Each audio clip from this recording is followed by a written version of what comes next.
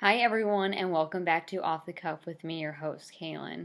Hope you don't mind my look. This is my morning look, but I wanted to make a video for you guys. So first and foremost, I hope everyone had a great holiday season. Happy New Year. Can't believe it's 2021. It is the year that we will bring our son into the world and we couldn't be more excited. So the reason for the delay of making a video was just because I didn't know what people would want to hear about. So my husband said, why don't you talk about common pregnancy questions that people have? So I guess we're going to do that for starters. I've gained 28 pounds. I can even see it in my face making this video. So I am today 25 weeks and 4 days, so I am quickly approaching the third trimester. Yeah, it went by really fast. I had my anatomy scan for baby boy on December 3rd. And I don't think anybody talks about, even when you're in TTC, how nerve-wracking these ultrasounds can be. And sometimes you find yourself really nervous just because you want to make sure that everything is fine and healthy. And we were very fortunate that that was our result at the anatomy scan. So we just hope and pray that things continue to go well.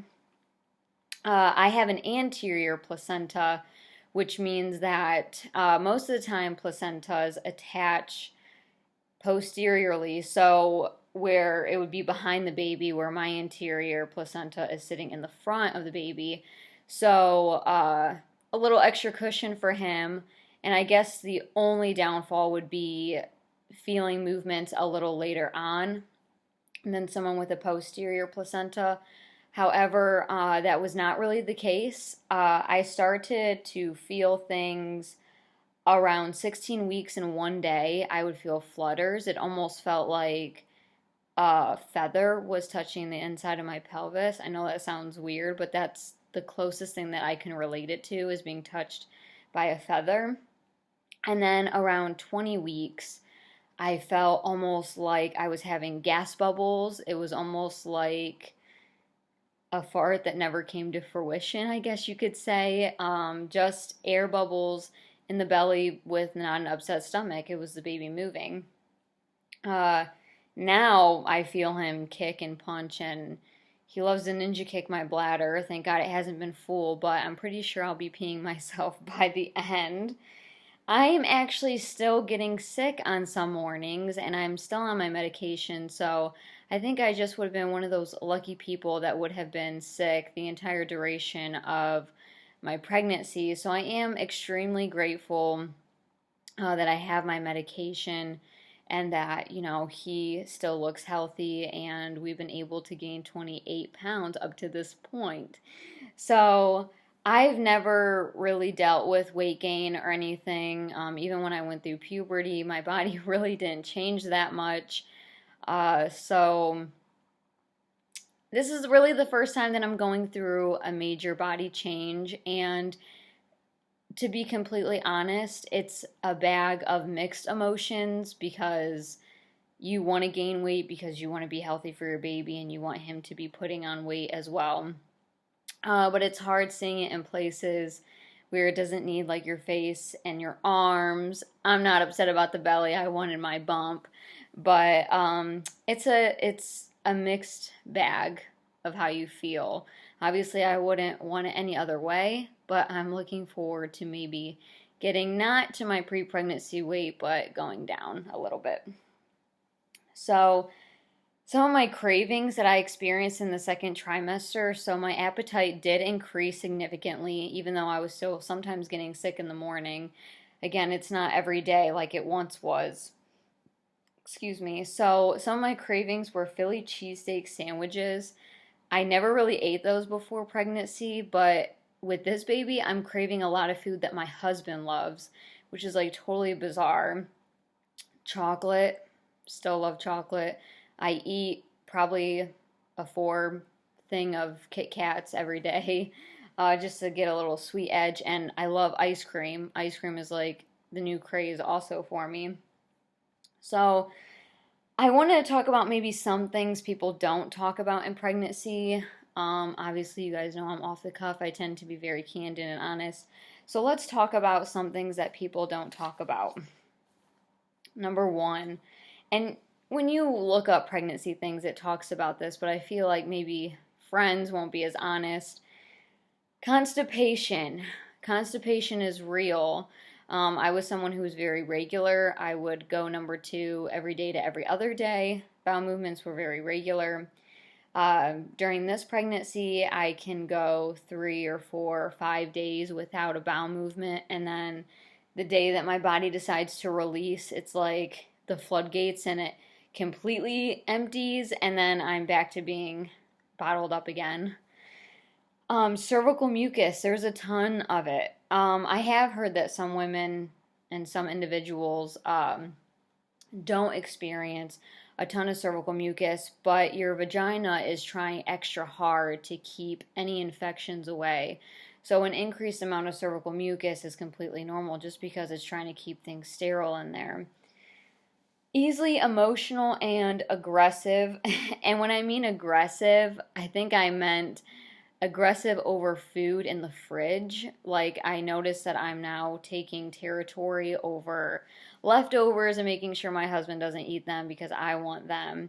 And easily emotional, for example, my husband told me yesterday that his coworker said that I was big, and I got emotional about it, but it wasn't, my feelings weren't hurt, and I feel very mixed about how I look and stuff. Like, obviously I know I'm pregnant. It's just, for me especially, never dealing with any body changes and then seeing extreme body changes, it's a lot. So, weight gain, obviously I've already mentioned that. Being winded, I'm even winded now talking to you guys.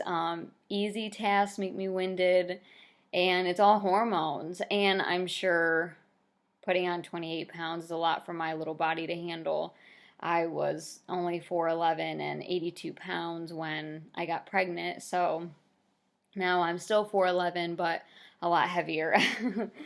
Bad dreams are very common, and very vivid dreams. And I can't even think of one off the top of my head, but it's just very extreme bad dreams. And mom guilt. Mom guilt is like super real. And one thing that I felt guilty about was drinking coffee. And I know, listen, I don't judge anybody who doesn't cut their cup of joe out when they're pregnant. To each mom and to each person their own. I don't judge. This was just something that I felt guilty over. And I'm someone who had already transitioned to decaf because my little body felt like I was coming off a drug when I was finally crashing off of coffee. So I switched to decaf, and a lot of people will say that decaf is even worse when you're pregnant because of how they have to decaf the beans.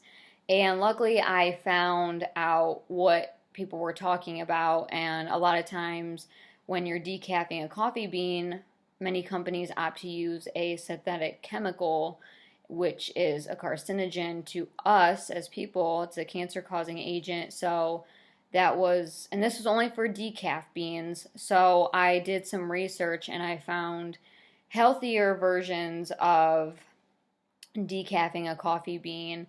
And I really like the Swiss water method. They use water to decaf their beans, no chemicals or anything like that. And I found a decaf brand that is Swiss water method certified. So that's what I drink when I decide to have a cup of coffee. I don't think I'm still 100% guilt-free, but I know that I am trying to make the best decisions that I can, not completely deprive myself of things that I want, and just trying to make better, healthier decisions and to get more knowledgeable, because I'm very aware that I'm sharing my body with my son right now, and so it's important to me to understand what I'm putting in my body because it could affect him. So I found this cute thing on Facebook, and people talking about how their baby wasn't a quarantine baby. and I want to touch on that too. I know I really haven't talked about the pandemic, even though this YouTube channel started during a pandemic. My son was not a quarantine baby. His dad worked through the entire pandemic. I worked through some of it as well, and we wanted to have a baby, and we had to try for a few months, and I had a couple hiccups in the road, but our baby was not a quarantine baby. Our baby was strictly made from love and desire, and we can't wait to meet him. And for the baby shower, I thought I was going to do a virtual. I did my first Zoom. No, they're super chaotic for me, so I am actually doing like a drive-by drop-off baby shower.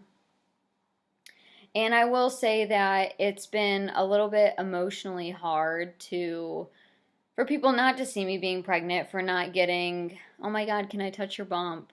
I definitely feel like, some things were taken away from me, and I know the pandemic has been devastating for everybody in their own ways, and I know I'm not alone in that, and I'm not trying to be selfish or anything like that.